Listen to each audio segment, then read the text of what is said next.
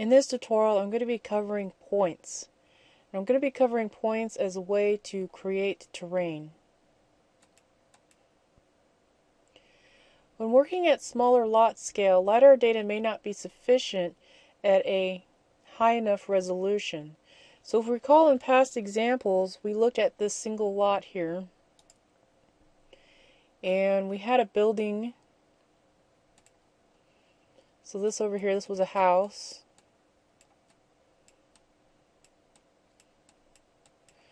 And then this was a garage.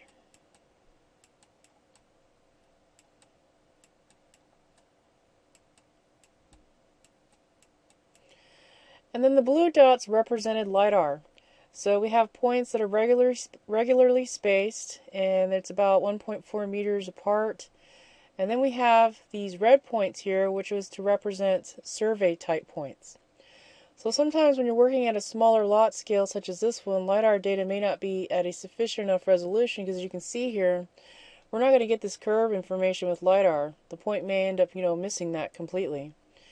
But if we send a surveyor out with maybe a total station device, we can totally control where we collect point data. So if there's a curve type situation going on here, we can totally collect that data. If we have a culvert type situation going on here, we can get that data, and if there's a crown in our street, we can also collect this information here.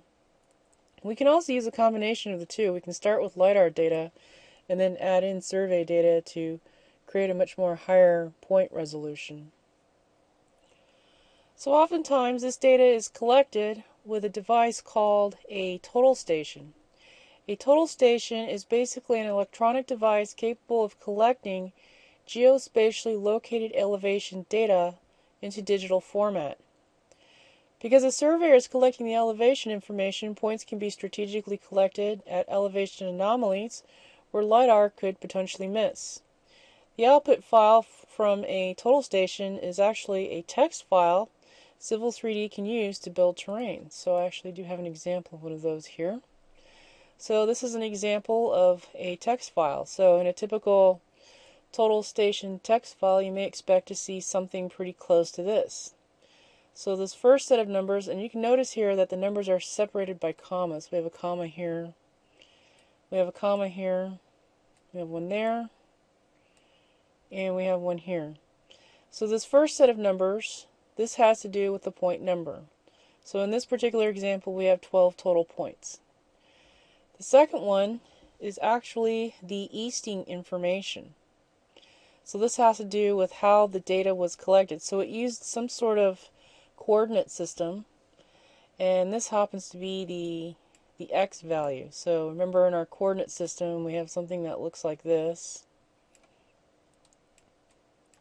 So I'm saying that this is x, and then I'm going to have another one that projects out over here, and this is going to be y. So if we're looking down at this thing, we're looking at it in plan view, and this value over here is going to be z, or we can call this elevation.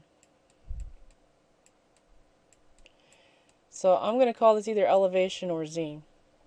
So the second set of numbers over here, this is referring to the y coordinate. And then as you can imagine, this third set of number here is referring to z information or elevation data. And then we have some text on the end. And this is actually called the point description.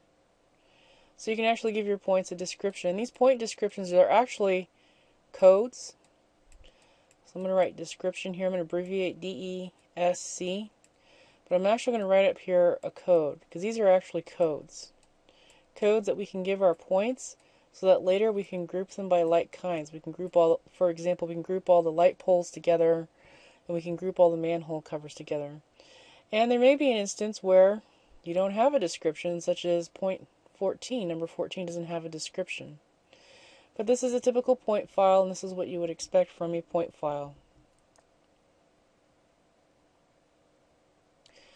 Another set of points we can expect to work with are those modeling proposed conditions. So this is a rough sketch of a grading plan done by a student. And there are several points here, and I kind of actually have the file sideways. So this is kind of a rough sketch proposed grading plan. So the student put in some proposed spot elevations here at key locations. And this is another way in which we may create a surface. And actually, if we create a surface this way, it's called using Kogo points, where the previous way was actually called survey points. So in the following sections, I'm going to be covering survey points first and then Kogo points.